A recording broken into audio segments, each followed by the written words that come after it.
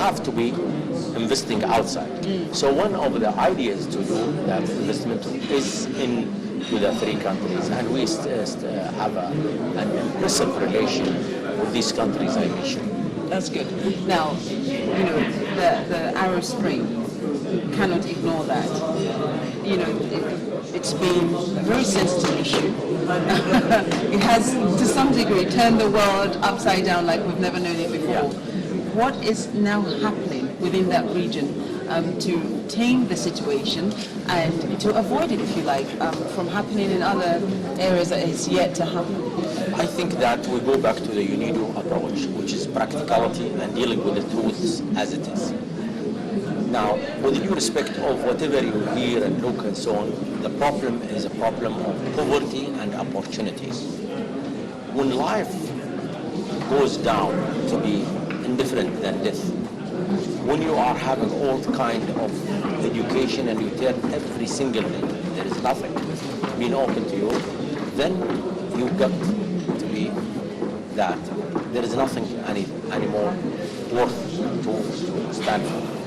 The other thing is that it has been so pressing with us for a number of reasons. Number one is that the Arab countries now it was in 1970 something like 170. Today they are 340. By 2040 they will be 600.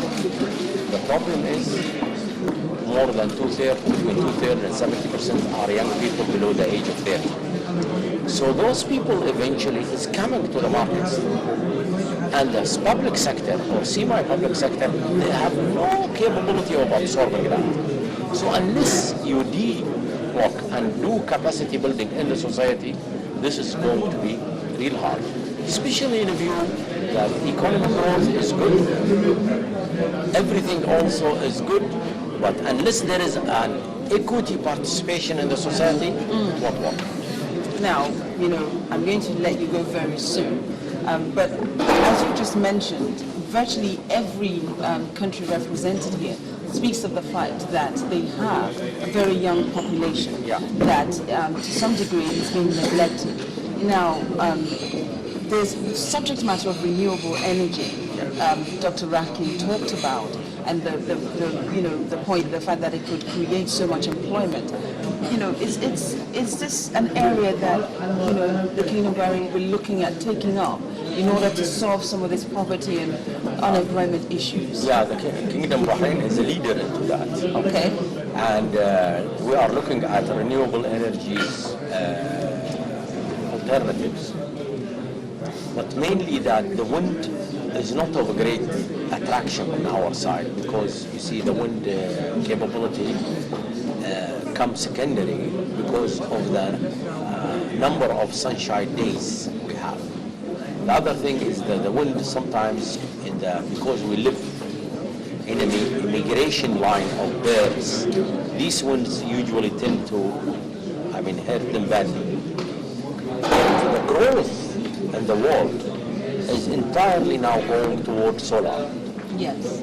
And the prices of solar went down dramatically. I just came from Germany to visit a company which have impressive technology. And impressive technology means that it is much cheaper and much faster. And when I checked that in their area near Berlin, it turned to be that the production of the same field in Bahrain will be doubled. And we are working now on a formula and a matrix, how much we could save, even by reducing the amount of gas and oil to be used into that. It turned to be a very viable thing. And then, of course, the emission control, the environmental, the employment, and so on and so forth, all of it fall into that category.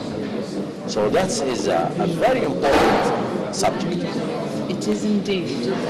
Thank you very much for your time today. It's been a real pleasure. Thank you. Enjoy your evening.